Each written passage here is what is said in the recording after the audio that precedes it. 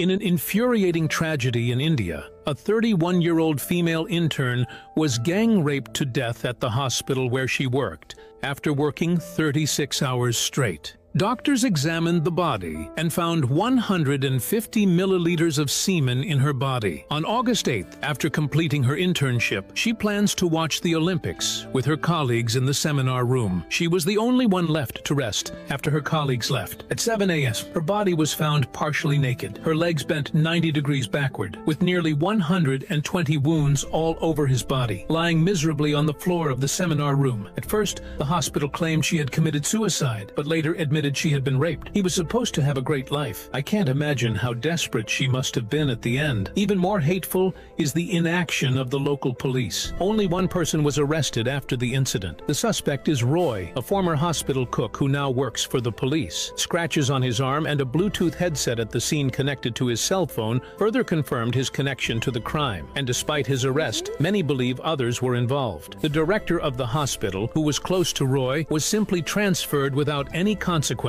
and the victims' families, fearing evidence had been tampered with, are now demanding an investigation by the Central Bureau of Investigation, CBI. I get paid every day, every day. I get paid just to say I get paid, I get paid. Money coming to me easily, money coming in repeatedly, money coming in and needing me, money coming, it's just money coming, it's just money coming in frequently, money coming in to be with me, money coming in secretly. This doctor's parents got a call that she took her own life on the job, but when they realized what actually happened, it caused riots across the country. This is Dr. Mumita Debnath. She's a second-year postgraduate trainee doctor at RG Kar Medical College in North Calcutta, India. After working 36 hours at the hospital, she laid down in a back room on a carpet to get some rest. A few hours later, her parents got a call from an officer saying that their daughter took her own life on the job, and when they rushed to go to the hospital to see her, the officers and staff members wouldn't let them see her for over 3 hours, even after they begged and pleaded. And when they finally saw her, they knew immediately that their daughter did not take her own life. They saw that her legs were pulled so far apart that her pelvic bone cracked. She had bruises and black marks and scratches all over her body. Her nose and eyes were bleeding. They found shards of glass in her face and eyes from the glasses she was wearing. Her throat was pressed so hard that bones in her neck cracked, and hands were placed over her mouth to prevent her from screaming. The DNA of multiple men were found in her and under her fingernails. I mean, the list goes on. So far, 19 people have been arrested, including officers that tried to cover this up, hospital staff, doctors, and security that did nothing and participated in this. People are flooding the streets of India protesting that women have never been safe, they're easy targets even in the workplace, and harsher punishments need to be put into place. Please help me raise awareness because the media won't, so that we can get justice for this woman and her family. This is the most brutal murder that I have ever heard about, and I can't believe more people aren't talking about it. This is a case of a 31-year-old doctor who was brutally assaulted, R-worded, and then murdered in her workplace. On the night of August 8th, she had just finished working a 36-hour shift, and the hospital didn't have any resting areas, so she went to an empty seminar room in her college to take a nap. And the next morning, when her parents and colleagues couldn't get in touch with her, she was reported missing. It didn't take long for them to find her body in that same seminar room, and the scene was horrific.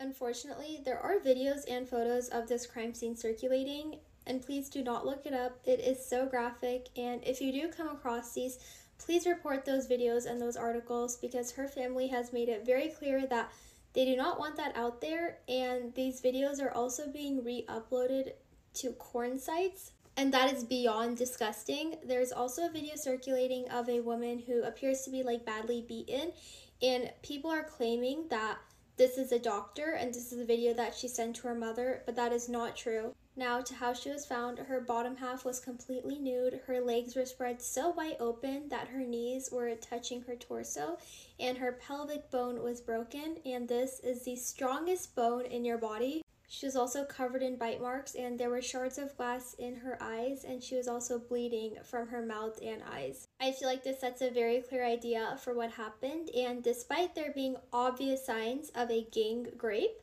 The dean of the college actually called her parents and said that she was psychologically unstable and that she had committed suicide, which not only is ridiculous given the circumstances, but when her parents did arrive, they were forced to wait 4 hours, likely while evidence was being discarded. Even the hospital tried to cover this up as something that was self-inflicted, and unfortunately, this is not going to be the last bit of corruption that we see. When they found her body, they found 150 milliliters of semen, and for context, the average man produces between 1.5 and 6 milliliters. So we can only imagine what this poor woman went through.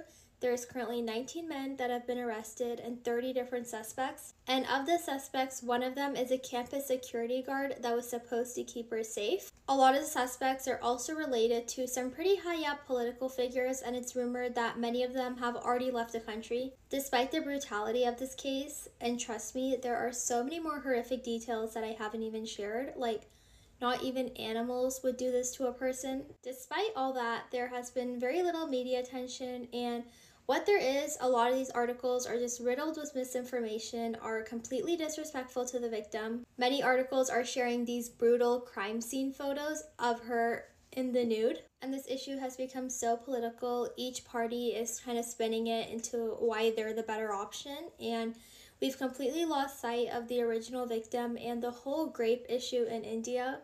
Some other horrifying details about this case is that as soon as everything happened, the rooms where she was killed and even one of the bathrooms just happened to go up for renovation. And just a couple days after this murder, there was a mass vandalization of 7,000 people where they vandalized this area, specifically the hospital and a lot of the evidence. Unfortunately, her case is not unique, and the statistics regarding rape in India are horrifying. And what I think we should really take away from this is, if this is what is happening to an educated, smart woman in a safe place, in her workplace, just imagine what's happening to the other women in India.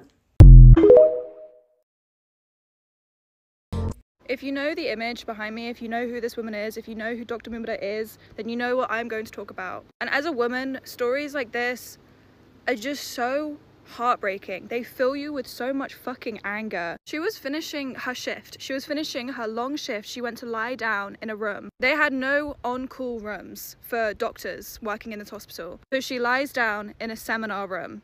As her family and other people have reported, this would be the last time that she would lie down peacefully. Because men, they're assuming at least 10, because of the way that the calculations work, horrifically raped her and murdered her. I hate to go into the graphic details of crimes against women, but the details are so fucking... They gouged her eyes out. They stabbed her eyes with her glasses. Her leg was essentially rotated at a right angle because of the sheer force and brutality. And they fucking told her parents that she committed suicide. They told her parents that she killed herself. Parents went to go see her body in the police force. They get there and she's completely uncovered. That's how they know all of the details of what happened to her. Because they left her naked, broken, in the police room. They arrested one man for a crime definitely committed by at least 10. And in response to this, 7,000 people went into the hospital, went into the crime scene and disrupted it. The last bits and pieces of evidence that they could have found, 7,000 people were mobilized. Despite both the local police force within India, as well as like a more broader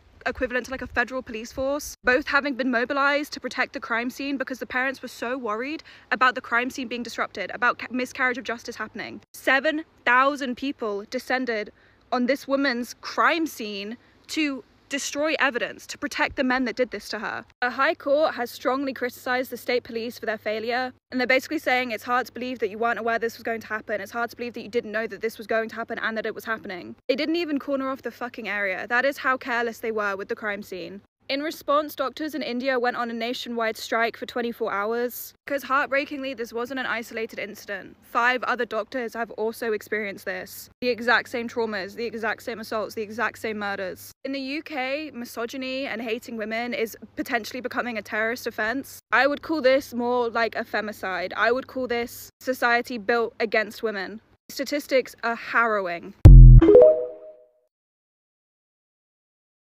She was taking a nap at the hospital while she was on call. The hospital didn't have any call rooms, so she was sleeping in a classroom. And that's where they found her the next morning.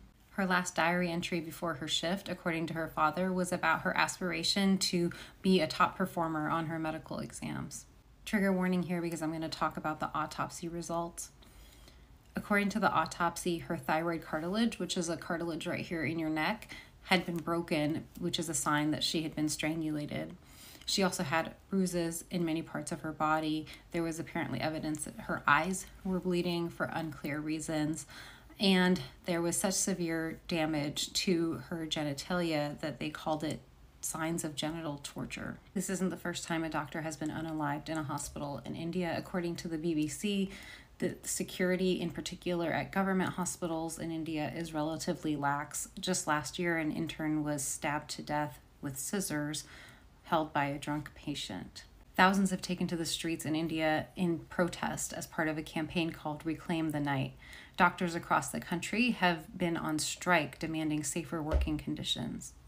As someone who has slept in OR lounges and empty patient rooms while I was on call because either there was no call room or the call room was too far away from sick patients, I can only imagine what it would have been like to wake up to such a heinous attack and for that to be the last moments of my life. She was only 31 years old.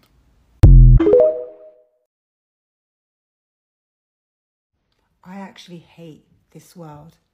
I hate you. I really do. I'm sickened to the pit of my stomach.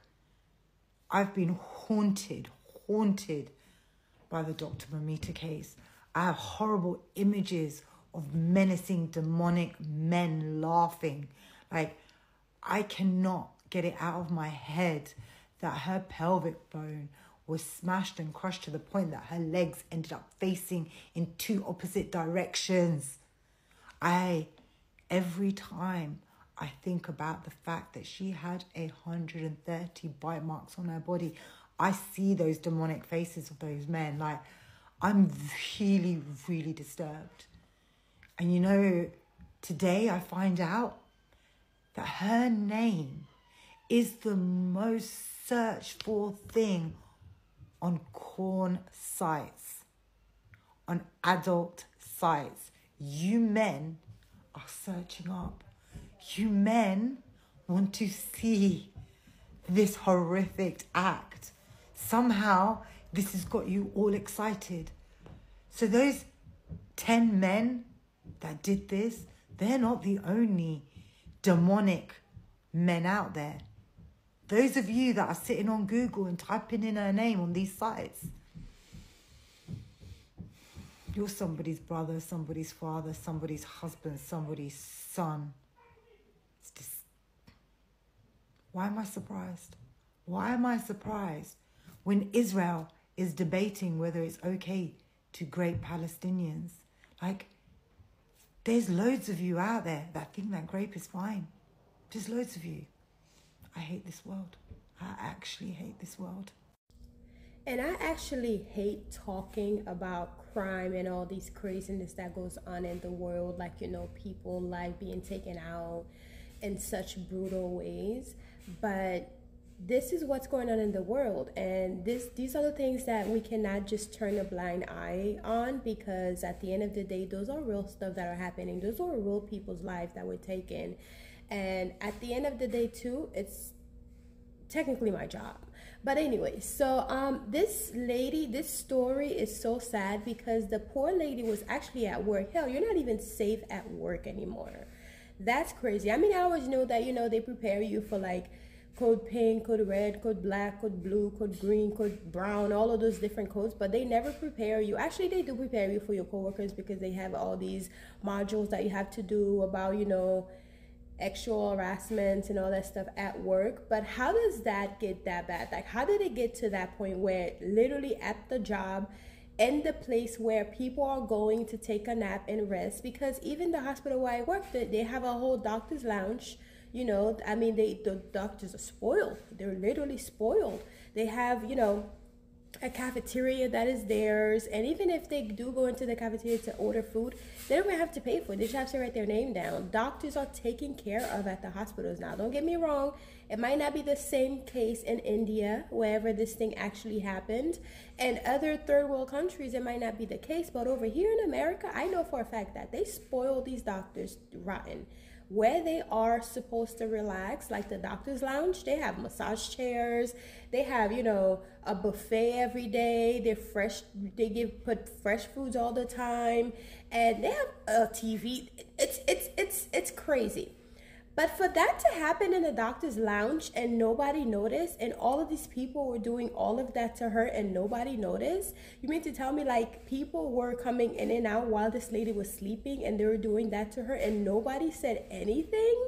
That is insane. That is sad. That is so scary to think that someone who as beautiful and as young as her lost her life that way while she was on the job. Yo, I hope they sue that company.